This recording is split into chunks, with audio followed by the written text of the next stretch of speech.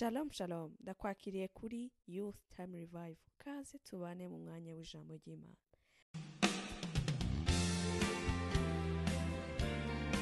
Ndagusuhuje kandi ndakwakiriye muri uyu mwanya mwiza.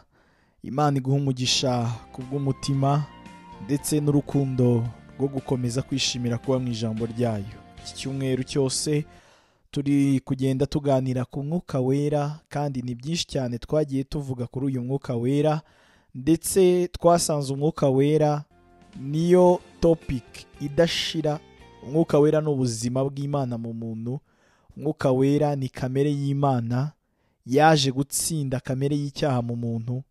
Rero mwene data, dufite byinshi cyane byo kuvuga. Niko Yesu yabwiye intumwa ze ngo mfite byinshi byo kubabwira, ngo ariko ngo ntago mubasha kubyihanganira.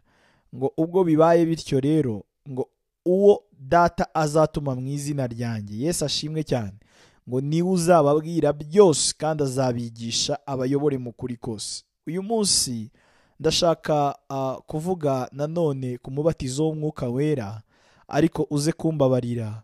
Mwuka wera ntituze kumuhindura teori cyangwa se isomo dutondeka ngo dutekereze ko ubu bwenge budufasha guhuzahuza ibintu by'ibikorwa byo mu mibereho y'ubu buzima, aribwo bwenge twumvisha umwuka wera ngo budushorere, ngo butugeze ahantu tugera ku mwuzuro w'imibanire myiza yacu n'umwuka wera n'imikoranire myiza yacu n'umwuka wera. Ahubwo icyo mvuga, Imana iguhe guhishurirwa. Yesu ashimwe cyane. Ndakwingingira umutima w'Imana kugira ngo ukangure wowe wese. Imana ikuremera ingingo ziyumva, kandi Imana ikuremera amatwi abasha kumva iby'uyu mwuka wera n'iby'iyi mpano y'Imana.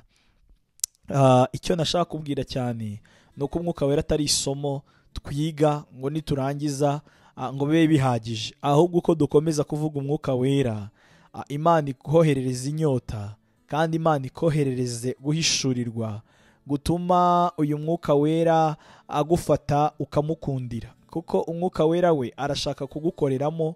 Kandi ijambo ry'Imana mu Migani 18 umurongo wa 30 haravuga 31 ngo ibineza neza byayo byarokubana n'umuntu.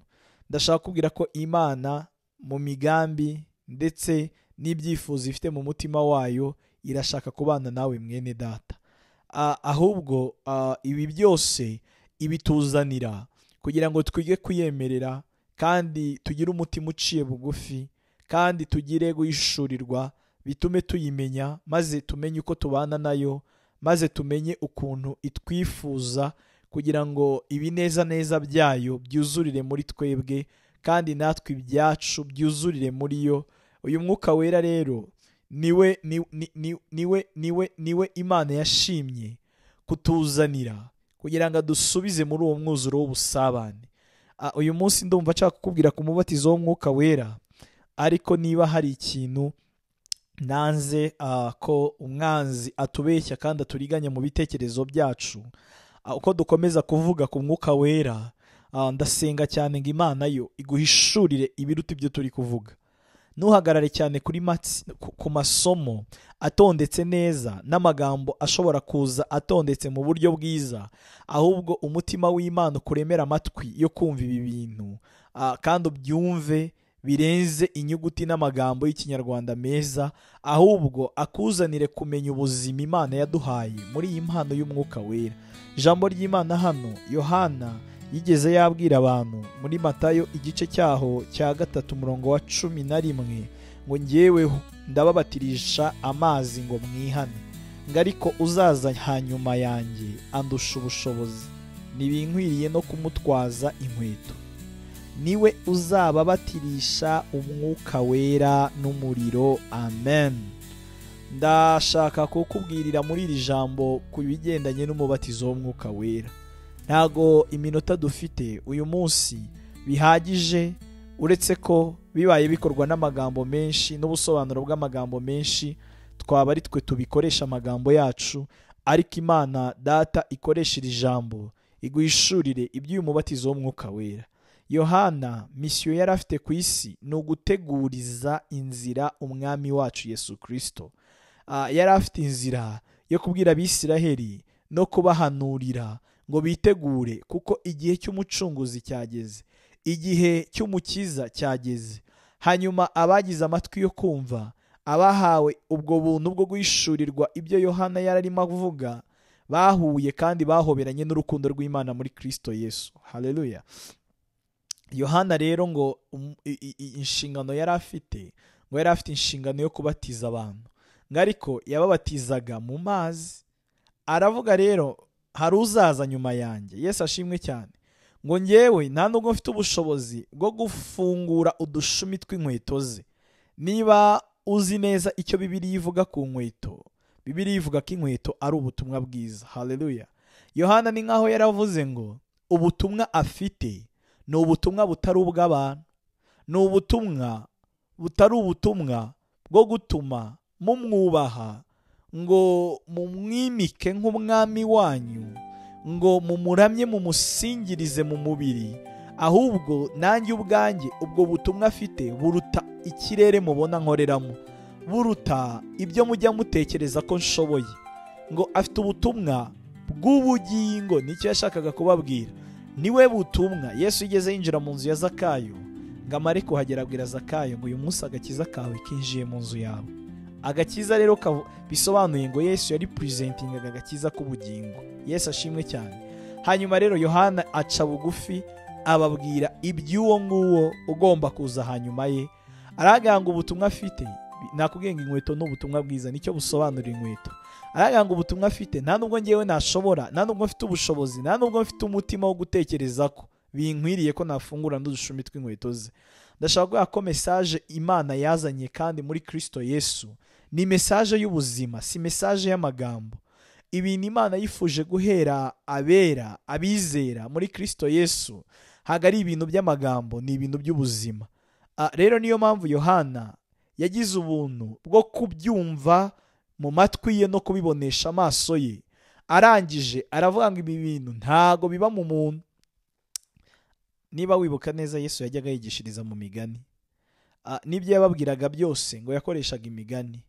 Ndashaka kubwira ko Yesu ntago yigeze abona ururimi rw'inaha rwabasha gusobanura ubuzima Imana yamwujujemo kugira ngo abutuzanire, abuduheshe ubuntu kubwo kwizera, buduhe kubaho no kunesha iki cyaha n'iyi kamere y'icyaha. Mwene data, umubatizo w'umwuka wera turaza kuza gukomeza kuvuga, ariko ikintu gitoya kitarimo ibintu byinshi tujya tugerageza kwanariza nk'umuntu, nta kindi kintu kiba muri uyu mubatizo. Ngo uzaza ntago mfite ubushobozi, nta nubwo binkwiriye ko nafundura udushumi tw'inkweto ziwe. Ngo uwo ngo ikintu azakora, ngo azababatirisha umwuka wera n'umuriro. Amen. Hari ibintu bibiri rero, hari umwuka wera, hari ngo n'umuriro. Ndashaka mu magambo yoroshye tubanze twumve umubatizo w'umwuka wera niki, kandi ko bateranyijeho ijambo umuriro, ibi byo bije gusobanura iki. Mbabarira mwene data, ubanze utandukanye ibi bintu Imana iri kuvuga n'ibintu bingana n'ibyo uhise utekereza, n'ibintu bingana n'ibyo ujya wimajina, n'ibintu biboneka muri ubu buzima bw'ibigaragara. Ururimi rw'Imana, ururimi rwa Yesu, ururimi rwa Bibiliya, haga ari ururimi rumeze nk'ururimi wowe ukoresha ubeshya, ukoresha uriganya, rwa rurimi wakoreshaga ukiri mu byaha. Yewe rwa rurimi ukoresha uri mu byaha ntago ari rwo rurimi Imana yifuje kuvuganamo natwe. Wowe burya ubasha kumara umwanya ungana nk'uko wawubayemo uri kubeshya, uri gukora ya manyanga yose, hanyuma ukongera ukagaruka kandi ugahagarara imbere y'Imana ukamara umwanya ungana n'uko ujya ungana, uri gusenga, uri kwinginga, uri gushima, uri kuramya, uri gusingiza. Wowe rero urimo abantu babiri, uri wowe mubi, urimo nawe ujya ukena Imana kandi ugakenera Imana, ukihutira no gushaka Imana. Rero wowe ndashaka kubwira ngo izo ntege nke zikuzuye ntabwo ari zo ntege nke zuzuye ubuzima bw'Imana. Ninkubwira ngo tandukanya imvugo y'Imana n'imvugo yawe, rero tandukanya kumva kwawe no kumva Imana ishaka ko wumva ijambo ryayo. Niba Bibiliya iri kuvuga ngo ni umwuka wera, ahari ushobora gutekereza umwuka wera muri bya bitekerezo bikennye byawe ukamwumva uko ubashije kumwumva. Ushobora gutekereza uyu muriro muri bya bitekerezo byawe, umuriro nyine ukawanariza n'ibyo ukora n'ibyo ushobora. Ariko ndashaka kubwira ko iyi ni ishusho mvugo y'Imana yari iri gusobanura ishaka gukorera mu muntu. Haleluya. Niba umwuka wera, ijambo ry'Imana ritubwira ko ari ishusho, ari uburyo bwerekana ubutatu bw'Imana yigaragarije mu bantu, ndashaka kukubwira ko umwuka wera Yohana yari ari kuvuga hano ngo tuzabatizwamo ntago ari umuyaga, nta nubwo ari ibitekerezo by'uko ujya umutekereza mu buryo bwawe bwa bwenge butarenga hano hantu, ahubwo umwuka wera ni kamere y'Imana. Haleluya. Kandi umuriro ni ishusho, ni igisobanuro cyerekana imirimo y'iyi kamere y'Imana mu muntu. Yesu ashimwe cyane. Ndashaka kubwira ko utarabanza kumva ko umwuka wera ari kamere y'Imana ngo uhuze ijambo umubatizo kandi urihuze n'uburyo ubatizwamo cyangwa se n'icyo ubatizwamo, bivuze ngo wowe wa kamere y'icyaha ubatizwa muri kamere y'Imana. Haleluya. Rero niyo mpamvu umubatizo w'umwuka wera iyo umuntu awifuza, ntago umubatizo w'umwuka wera uwiha. Umubatizo w'umwuka wera Yohana yavuze ko nta wundi uwutanga uretse Imana yonyine, ngo amare kutubwira ko ari Imana yonyine ibatiza umuntu mu mwuka wera. Ndashaka kubwira ngo inzira yonyine yagufasha kugera kuri iyi mpano y'umubatizo w'umwuka wera, niba umubatizo w'amazi tuwiga tujya mu matorero tujyamo, bakatwigisha iby'inzira y'umusaraba, bakatwigisha iby'inzira y'agakiza, tukamara igihe kingana nk'ikiwanyu mujya mumara muri kwiga inyigisho fatizo zigufasha kumva no gusobanukirwa ibyo wizeye, uribaza ko umubatizo w'umwuka wera n'umuriro bitasaba Imana kugutegura mu gihe kingana nk'iki ishatse kuguteguramo kugira ngo iwuguhe? Nituvuga igihe, niwumve ko kizaba kirekire kandi kizaba kigufi, kizagenwa n'urukundo n'ubushake n'imbabazi n'ubuntu bw'Imana. Haleluya. Rero wowe nta n'igihe wabasha guhagararamo ngo ubashe kumva ko ari cyo bizuzuriramo.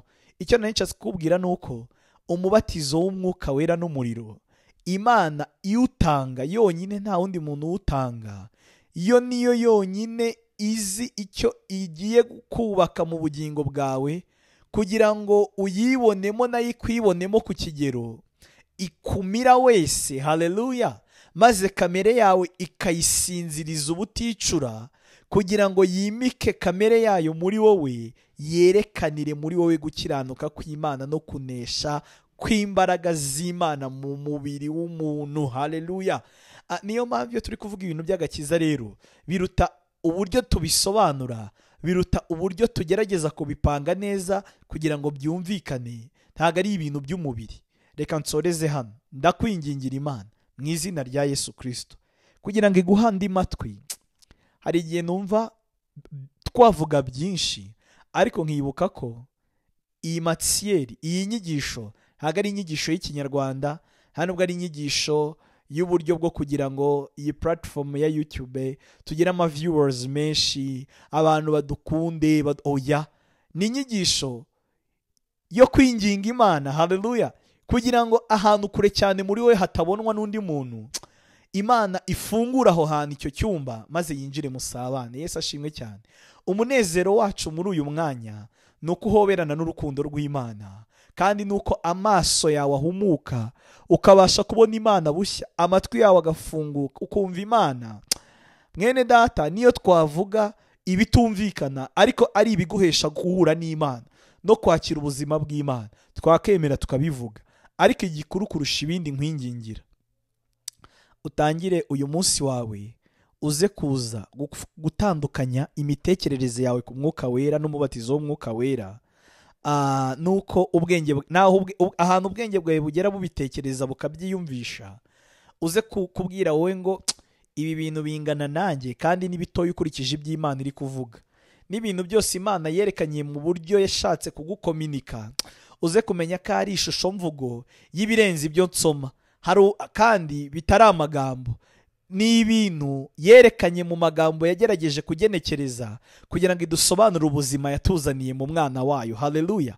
Hanyuma icyo ninginga Imana, ubwo buzima buguhige, bugufate, bukuzirikire mu rukundo rw'Imana, bukwegereze kumenya Imana, bugende bugutunganyiriza kuba mwiza mu Mana, kugera igihe tuzabona umuhungu n'umusore bagaragaza gukora kw'imbaraga z'Imana hano mu isi, bitabatera ubwibone, bitabatera kugira ngo abantu baze ari benshi. Yesu yajyaga akiza umuntu akamubwira ngo ntihagire abantu bibwira, ugende wiyereke umutambyi maze utange ituro wicecekere. Ubu buzima bw'Imana ntago butugira abasitari, nta nubwo bureka kutugira abasitari, ahubwo butugira ab'Imana ishaka ko tubaho. Ndashima Imana yatwerekeye mu mwana wayo ubuzima bwo kuzamuka n'ubuzima bwo kumanuka, ubuzima bwo gushyirwa hejuru no gukundwa n'ubuzima bwo kumanurwa no kwangwa, ubuzima bwo kubahwa n'ubuzima bwo gusuzugurwa. Niyo mpamvu Imana itangana n'ibintu yishakaho. Imana ingana nk'uko ingana mu rukundo rwayo no mu gukiranuka n'imbaraga zayo. Mwene data, ngushimiye Imana, uyu mwuka wera Imana iwuguhereze, iwukuzanire rwose, iwugusenderezemo nk'uko umutima wawe unyotewe, kandi nizeye ntashidikanya ko nuwemerera Imana ugafungura umutima wawe, izakora ibirenze ibiruta cyane ibyo turi gusaba n'ibyo turi kwibwira. Imana iguhe umugisha, Imana ikomeze kukurinda, ugire weekend nziza ku bwa Kristo Yesu umwami wacu. Amen.